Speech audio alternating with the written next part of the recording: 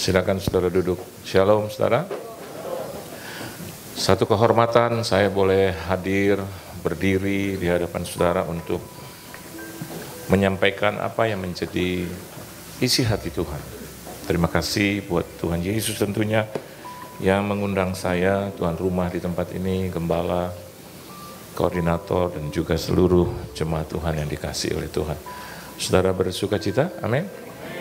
Coba Anda lihat waktu kita mungkin sedikit, tapi sometimes di dalam pelayanan, dimanapun saya melayani, hadirat itu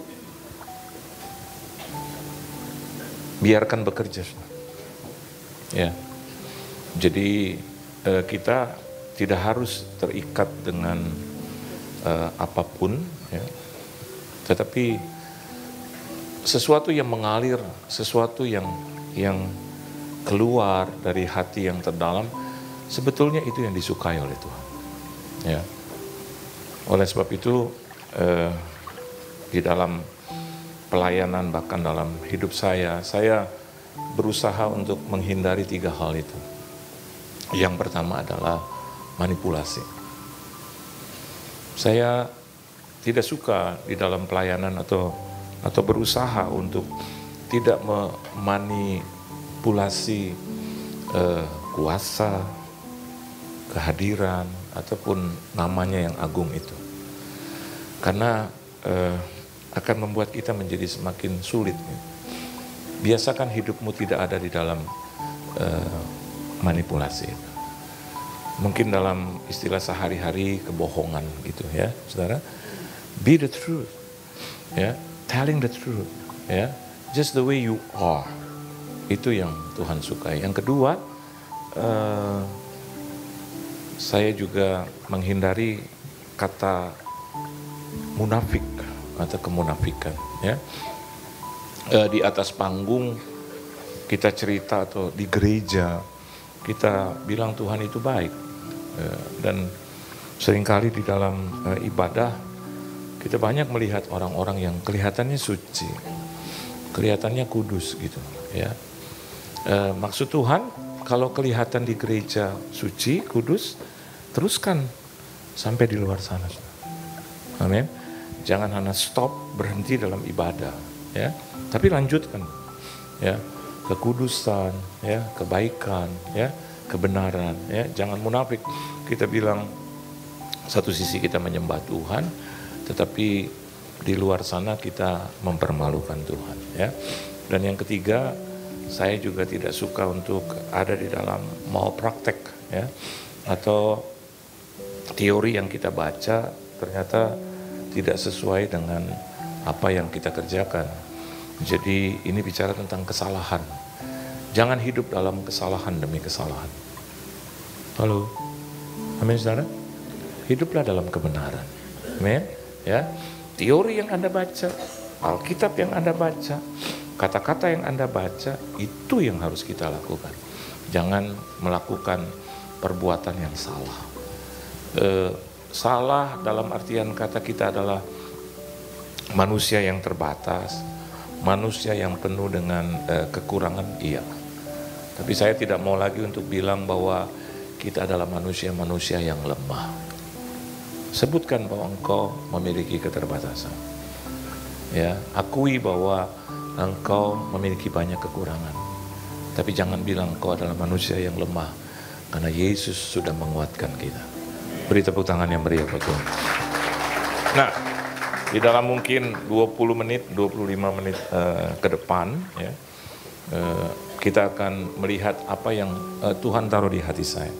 Kalaupun itu tidak cukup, maka saya akan teruskan di dalam ibadah yang kedua, yang jam 11, ya. Mari saya ajak saudara untuk melihat di dalam Injil Yohanes. Injil Yohanes pasalnya yang ke-15. Injil Yohanes pasalnya yang ke-15. Ayatnya yang ke-6, ke-7 dan ayatnya yang ke-8, saudara. Ya. Injil Yohanes pasalnya yang ke-15. Ayat yang ke-6, ayat yang ke-7 dan ayat yang ke-8. Kalau saudara sudah mendapatkannya, mari kita akan baca bersama-sama, saudara. Dapat semua? Oke, ya kita baca 1, 2, dan 3. Barang siapa tidak tinggal di dalam aku, ia dibuang keluar seperti ranting dan menjadi kering. Kemudian dikumpulkan orang dan dicampakkan ke dalam api, lalu dibakar. Jikalau kamu tinggal di dalam aku, dan firmanku tinggal di dalam kamu, mintalah apa saja yang kamu kehendaki, dan kamu akan menerimanya. Dalam hal inilah Bapakku dipermuliakan, yaitu jika kamu berbuah banyak, dan dengan demikian kamu adalah murid-muridku. Amin, saudara.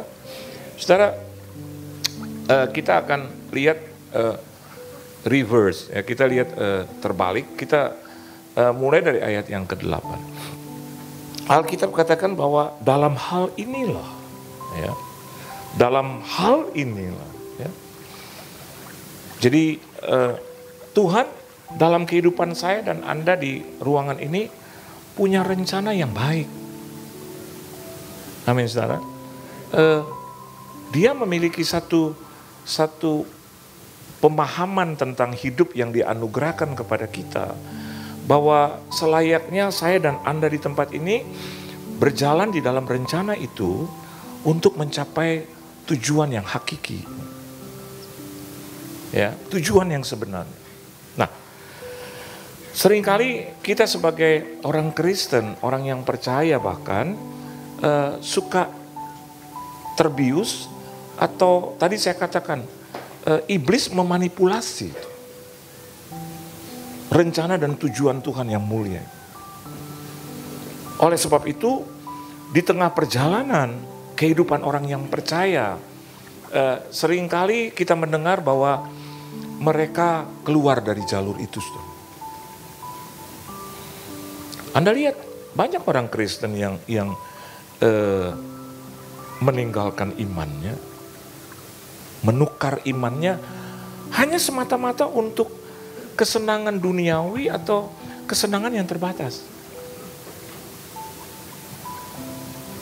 Di dalam apa yang saya dapatkan dari Tuhan dan apa yang saya kenali, ya, seringkali daging itu melewati kemauan roh. Daging itu, kedagingan itu seringkali melewati kemauan roh. Alkitab catat bahwa roh itu penurut. Kalau Anda hidup atau tinggal, or you have the Spirit of God, maka kita adalah orang-orang yang bisa menuruti firman dengan baik. Halo. Jangan disalahartikan kalau kita di dalam roh, di dalam Tuhan, terus apa aja yang orang mau kita ikuti, kita menjadi orang yang yes man. Tidak, bukan itu maksud daripada firman Tuhan ini. Firman Tuhan katakan roh itu penurut. Jadi apapun yang Tuhan perintahkan, apapun yang Tuhan mau, mestinya kalau kita adalah manusia ilahi, kita bisa menurutinya. Halo. Kalau dalam 1, 2, 3 ataupun banyak hal kita tidak bisa menurutinya, maka sebenarnya kita ada dalam satu situasi yang gawat darurat. Janganlah engkau merupakan pasangan yang tidak seiman atau yang seimbang. Kita nggak bisa turuti itu. Saya mau katakan dan berani berkata bahwa kita tidak hidup di dalam spirit itu, God's Spirit. Apapun alasannya. Sekali lagi, apapun alasan. Kalau Anda ada di dalam Tuhan, firman Tuhan tinggal di dalam kamu, ayat yang ke-7 tadi katakan, maka apapun alasannya Anda bisa tinggal di dalam kebaikan Tuhan itu. Di dalam perintah Tuhan itu. Kejarlah kekudusan, karena tanpa kekudusan engkau tidak bisa melihat Allah. Apapun alasannya, ya namanya kita manusia, kita mulai berasumsi. Kita mulai beralasan bahwa sesungguhnya hidup ini tidak ringan. Saya juga mau katakan buat saudara, siapa yang bilang bahwa hidup ini ringan? Tapi Yesus katakan, pikulah kuk yang ku pakaikan kepadamu. Karena itu ringan, kata Tuhan. Jadi orang yang berani untuk hidup di dalam roh, maka Tuhan akan berikan kekuatan ekstra di situ. Dan banyak orang Kristen seringkali, ya namanya manusia. No, namanya manusia tadi saya bilang punya keterbatasan, punya kekurangan, tapi manusia Tuhan, manusia ilahi yang sudah kenal Yesus sebagai juru selamat. Yesus hidup dan tinggal di dalamnya, maka dia menjadi kuat. Terbatas sih ya, dia nggak bisa terbang kok. Kurang iya, dia nggak sempurna, belum sempurna. Tapi jangan bilang dia lemah. Allah sumber kuatku, Allah sumber kuatku, Allah sumber kuatku. Dan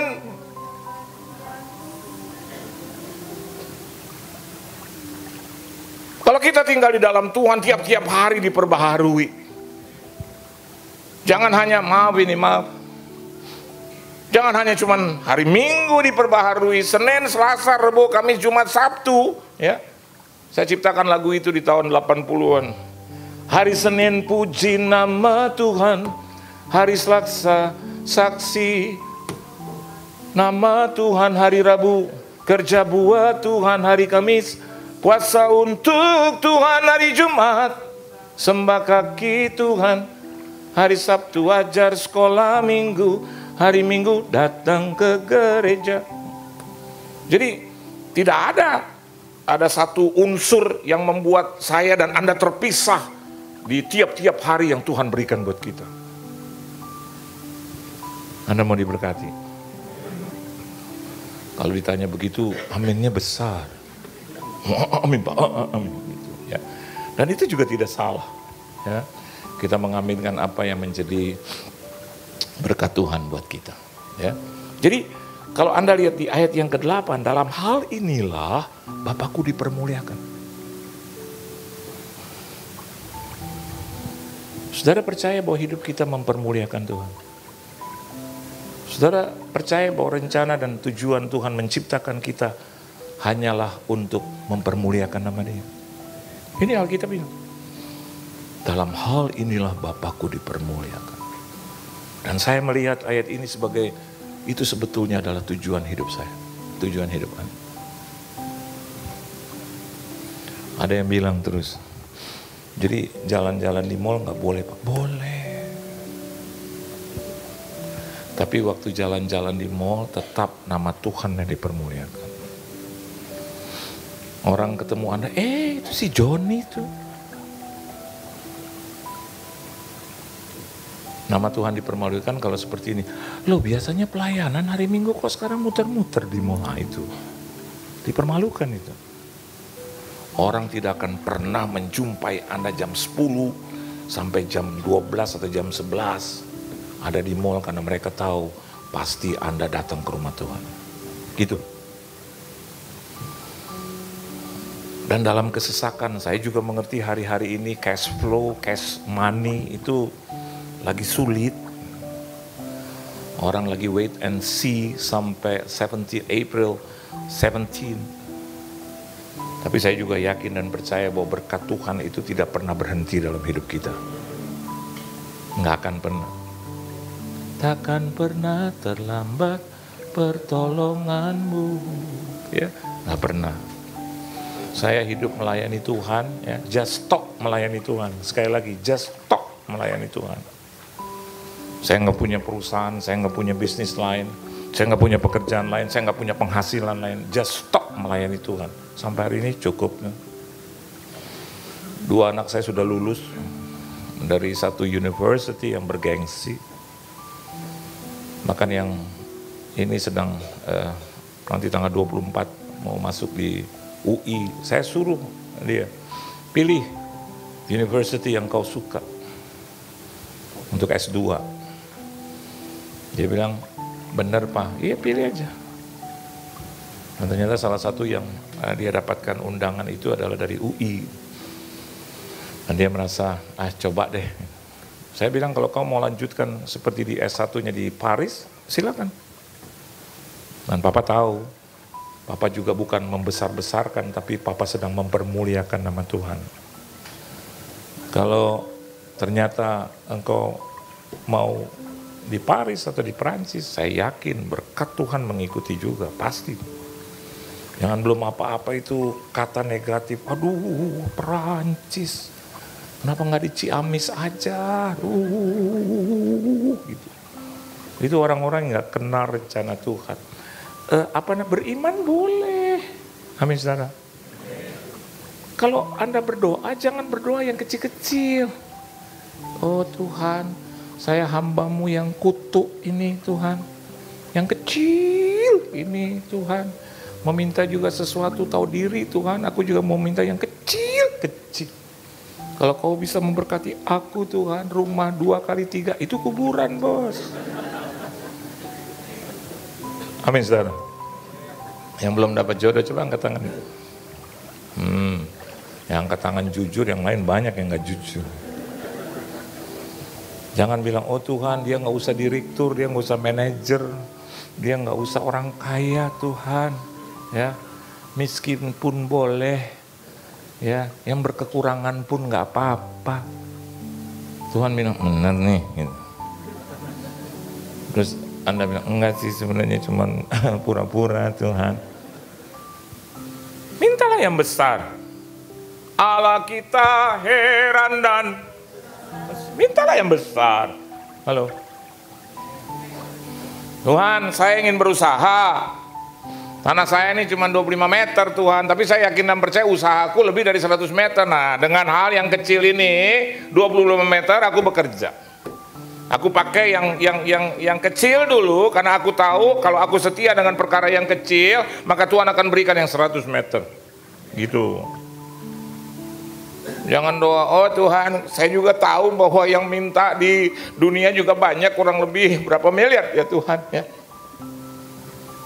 Saya juga nggak tahu saya di urutan yang keberapa, tapi ya kalau kau jawab puji Tuhan. Kalau kau nggak jawab juga, kelewatan Tuhan. Kita harus bilang, oh saya punya penyakit retina, mataku agak pecah, tapi aku mau ke dokter. Kau sediakan dananya dan sampai tersedia itu aku tidak akan pernah berhenti duduk di bawah hadirat-Mu. Itu yang benar. Saya punya rumah tapi kontrak Tuhan, berarti kan saya nggak punya rumah gitu. Tuhan bilang muter-muter lah. Iya saya punya rumah ini sekarang Tuhan, tapi bukan punya saya, punya orang lain. Itu doa yang berputar-putar. Tuhan gak suka yang berputar-putar, tapi dia suka kalau Anda berlama-lama dengan Tuhan, tapi bukan di gereja loh. Ngerti maksud saya? Jadi ketika Anda di gereja doanya lama banget. Sampai jemaat, lama banget. Semua didoain. Dari presiden, wakil presiden, gubernur, wakil gubernur, camat, lurah, wali kota, dan jajarannya. Terus berdoa buat RT, RW Tuhan, buat got di depan rumah Tuhan. Yang jemaat kan gitu, depan rumahku nggak ada got gitu. Anda mau doa tentang got di depan rumahmu, nanti ketika engkau berdoa sama Tuhan. Halo, dia jangan bikin yang lain capek dong. Sampai doa makan 7 menit, apa itu? Yesus. Orang udah 2,5 jam ibadah, masih aja begitu masuk angin. Yesus. Yang lain juga gemetaran, tapi bukan karena roh, karena lapar saudara. Udahlah. Apalagi ada oma atau opa, ada engkong di depanmu umur 86, pasti dia marah. Dipercepat gitu. Dan saya temui itu. Nah ini yang saya sebut yang kedua, kemunafikan gitu. Anda mau berlama-lama di rumah. Amin saudara. Berdua-dua dengan Tuhan, mau 3 jam, 4 jam, 5 jam, itu namanya kualitas doa. Atau mungkin gereja bikin doa semalam-malaman, boleh lah. Tapi kalau di ibadah raya seperti ini, udahlah. Kalau disuruh mari doa berkat, kalau saya disuruh doa berkat saya nggak muter-muter. Tuhan, tadi saya lihat di depan hotel saya, Tuhan, ada kemacetan yang tidak wajar. Apa sih gitu? Jemaat terus tanya, dia tinggal di hotel mana? Akhirnya jadi perdebatan gitu. Tadi gue liwat enggak sih gitu. Ya. Jadi itu munafik gitu. Kalau dia bicara tentang hidupnya, dia ngomong sama Tuhan di rumah 4 jam kayak 5 jam kayak, dan minta spesifik sama Tuhan. Dan kalau kita kaitkan dengan yang ketiga, ya, ketika Anda sudah meminta, usahakan juga untuk hidup benar di hadirat Tuhan. Halo. Apa yang Anda minta Anda kerjakan, apa yang tertulis Anda kerjakan itu. Jadi tidak terjadi satu malpraktek dalam hidupmu. Jadi kalau kembali ke dalam kebenaran firman Tuhan di sini dalam hal ini, Bapakku dipermuliakan, you are supposed to be like this. Saya dan Anda harus seperti itu. Kalau saya berani khotbah, maka saya juga harus berani melakukan itu firman. Saksinya siapa? Ya Tuhan, ya malaikat. Tapi kan mereka nggak kelihatan. Saksi hidup kita adalah orang-orang yang terdekat dengan kita gitu. Dan saya bangga kalau istri saya ikut mendengarkan khotbah. Bangga deh. Siapa suami-suami di sini? Angkat tangan. Coba. Oh, di sini wanita semua. Angkat tangannya setengah tiang. Siapa suami di sini? Angkat tangan coba. Saya mau lihat. Nah, turunkan tangan. Saya tanya bukan nama suami, sama istri dulu nih. Ya, istri senang nggak? Kalau ternyata apa yang suami dengar di gereja dia praktekkan juga di dalam rumah dan di luar rumah. Senang. Kalau firman Tuhan katakan jangan pelit saudara, pasti yang tersinggung pertama ya pasti itu suami. Mukanya berubah. Dan pasti akan melakukan gerakan pertama tuh istri melalui sikut. Tung, tung, tung. Suami terus tolak, alam nama Yesus. Alam nama Yesus. Mumpung ada istri kan, saya pelit nggak mah? Ya kalau memang harus diberikan. Bahkan saya berani katakan, bukan saya Tuhan gitu ya. Apapun yang dia minta, ini berani nih. Apapun yang dia minta, kasih nggak mah? Walaupun banyak juga yang saya nggak punya. Kadang dia bilang, Pak itu tas bagus ya. Dia nggak bilang sama Tuhan, sama kita kan. Pak itu tas bagus ya. Terus suami suka bilang, minta dong sama Tuhan gitu. Itu pengalian isu itu namanya. Saya nggak jauh-jauh. Kalau dia bilang, Pak itu tas bagus. Saya iya kan memang bagus. Nggak boleh jelek. Bentuknya yang nggak sesuai. Saya pernah di mana ya, di Singapura atau di Hong Kong atau di Eropa atau di Amerika, saya lupa. Dia pernah bilang, ini bagus ya. Oh iya. Keren ya, keren. Dan saya hampir itu tas. Saya lihat. Nah ini hikmat saya. Warnanya kurang cocok. Oh iya, kata orang itu, ada warna lain. Waduh. Bapak minta yang mana? Which one do you like, sir? I think first. Nanti saya pikir kalau saya ganti putih pasti dia ada juga ya. Jadi saya, ada nggak yang colorful? Jadi semua warna ada di situ.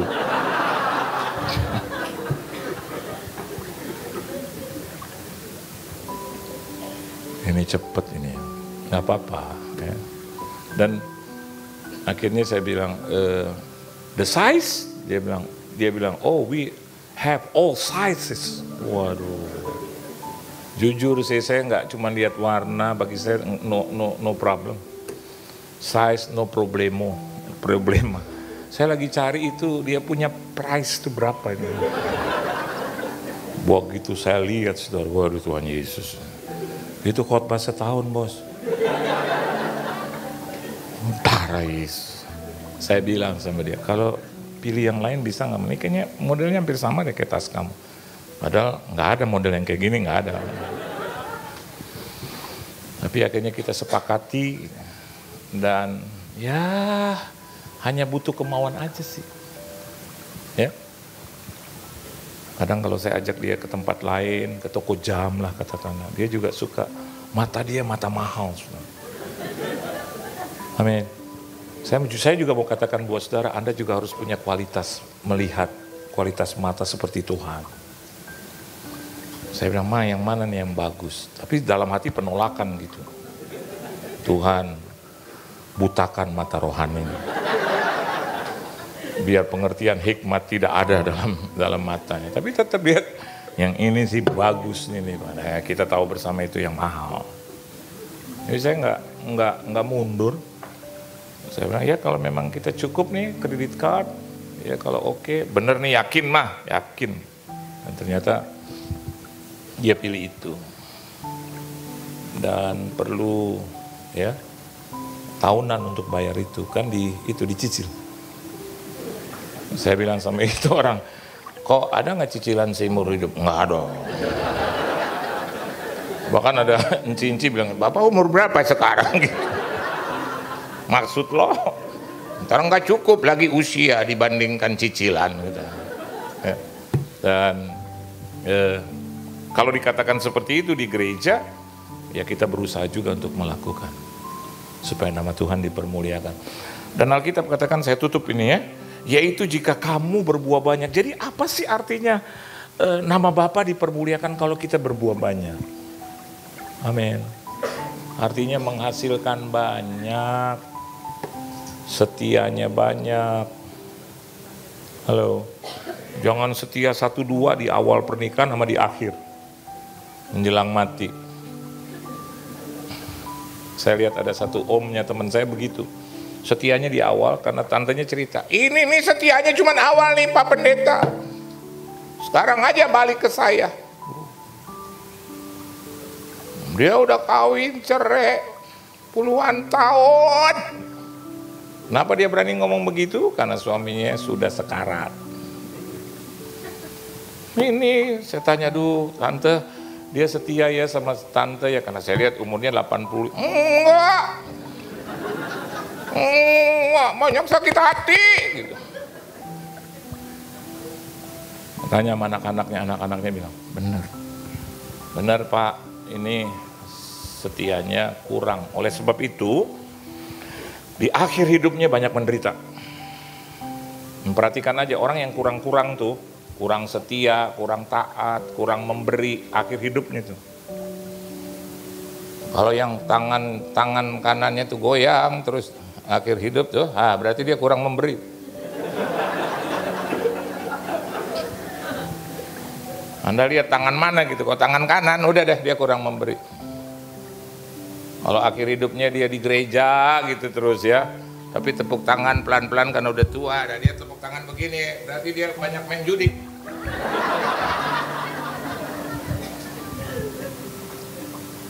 Pupuk itu pada saat kita masih sehat. Lakukan itu pada saat kita masih punya. Dan kerjakan itu pada saat kita masih mampu mengerjakan. 3 menit saya tutup firman. Ya, waktu satu hari saya lagi ngantri di bank, ya, beberapa bulan yang lalu, 3-4 bulan, saya pegang itu semua untuk bayar kredit card hari Senin.